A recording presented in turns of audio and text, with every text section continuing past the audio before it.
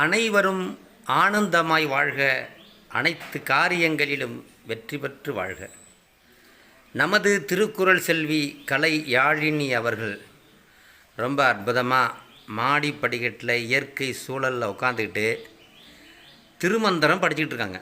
எப்படி பாருங்கள், 3000 பாடல்கள் திருமூலர் எழுதிய திருமந்திரத்தை படிக்கிறாங்க.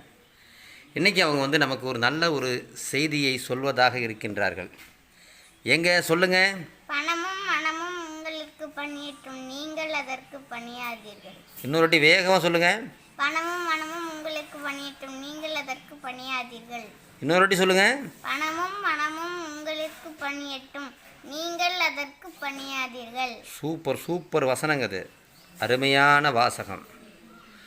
பணமும் மனமும் உங்களுக்கு பணியட்டும், நீங்கள் அதற்கு பணிய வேண்டாம் என்று பாப்பா சொல்கிறார்.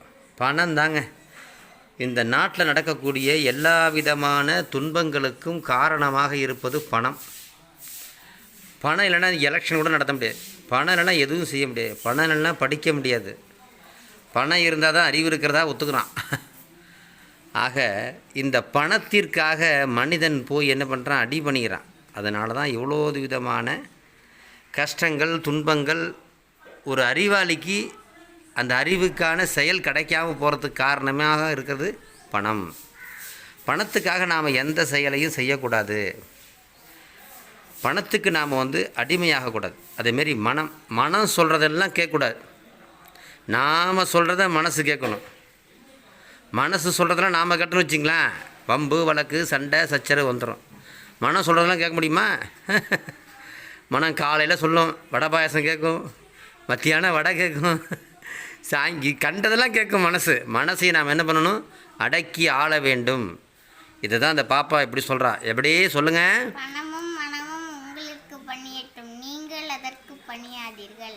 பணமும் மனமும் நமக்கு பணிந்து நடக்க வேண்டும். நாம் சொல்வதை பணம் கேட்க வேண்டும், நாம் சொல்வதை மனம் கேட்க வேண்டும். நாம் அதற்கு பணிந்து நடந்தோம்னா வாழ்க்கை சிறப்பாக இருக்காது. மீண்டும் ஒரு நல்லதொரு சிந்தனையோடு உங்களை தொடர்பு கொள்கின்றோம். உங்களிடத்திலிருந்து விடைபெறுவது வெற்றிக்கனி கலை யாழினி மற்றும் வெற்றிக்கனி சுவாமிகள். நன்றி.